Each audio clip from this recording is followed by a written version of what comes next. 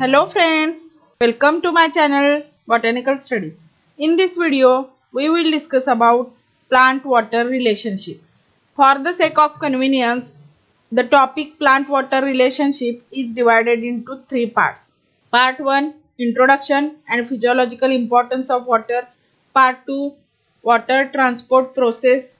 And Part 3, Transpiration.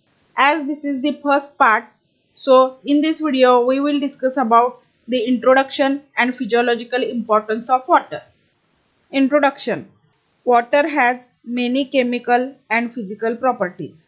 Water is the most abundant compound present in all living plant cells, and it is used as a basic medium for all the reactions in different life processes in plants. In different physiological processes like diffusion and osmosis, absorption of water by roots, ascent of sap, and transpiration, the role of water is important.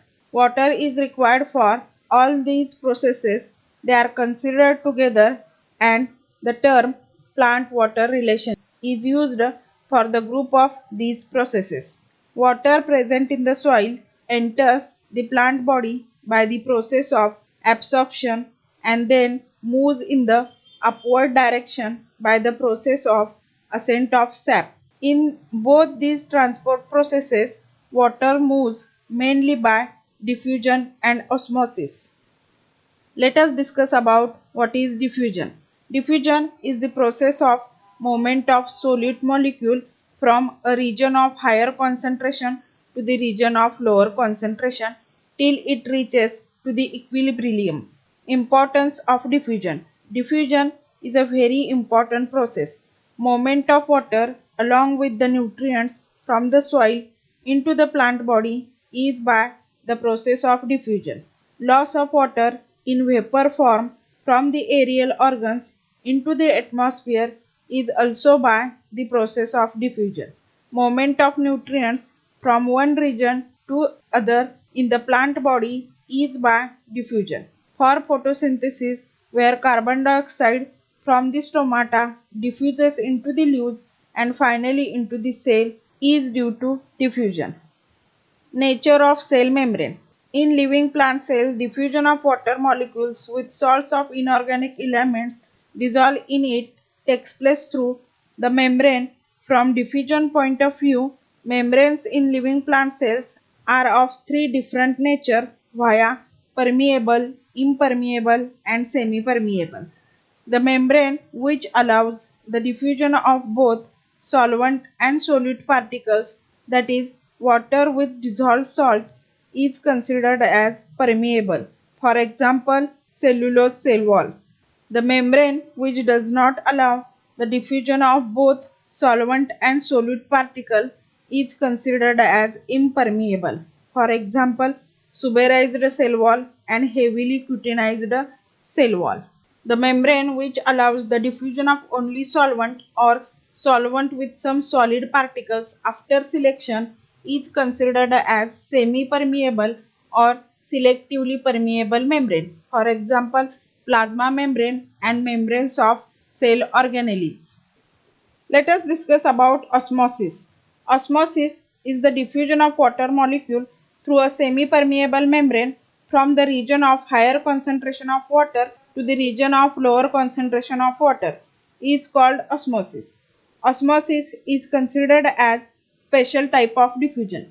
Osmosis is responsible for movement of water from the soil to the root system and from one living cell to another living cell in the plant body, indicating role of osmosis in water transport process. Endoosmosis. Water from outside, that is soil, enters into the root hairs, that is from external environment, into the plant cell is called endoosmosis. Exoosmosis. Water from the cell slowly moves out by osmosis and the cell starts shrinking. Such process is called exoosmosis. Physiological significance of osmosis. Entry of water into plant cells from the soil depends upon osmosis. Transfer of water from one living cell to another and from one region to another is due to osmosis. To maintain tergeneity, that is definite shape of the organ, in all the living cells, water is essential and it is supplied by the process of osmosis. Water is distributed into the whole plant body is due to the process of osmosis. Sufficient osmosis pressure is maintained in the living cell to prevent the plant from desiccation, and freezing temperature is due to osmosis.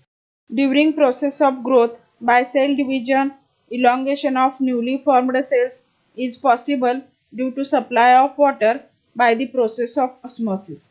Different movement exhibited by different organs in plant are due to osmosis. For example, opening or closing of stomata and flowers, slipping movement in the leaves of leguminous plants, nastic movements in the leaves of touch-me-not plant, etc. Concept of water and chemical potential. Water potential.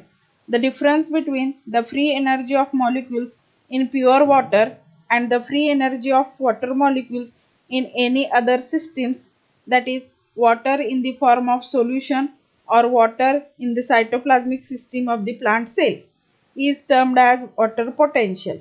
The amount of free energy available for work in the molecule of pure water is always greater than the available free energy of the water molecule in a solution.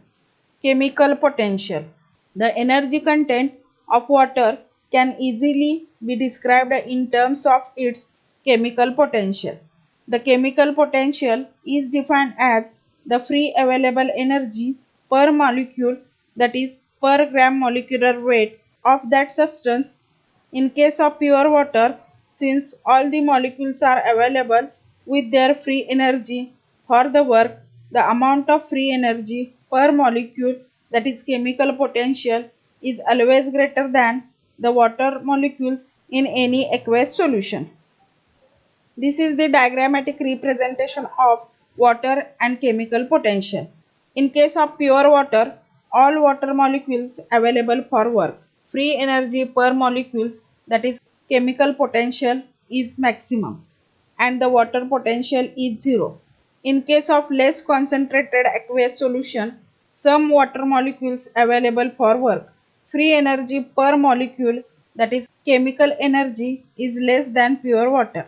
Therefore, water potential is negative and less than 0. In highly concentrated aqueous solution, very few water molecules are available for work.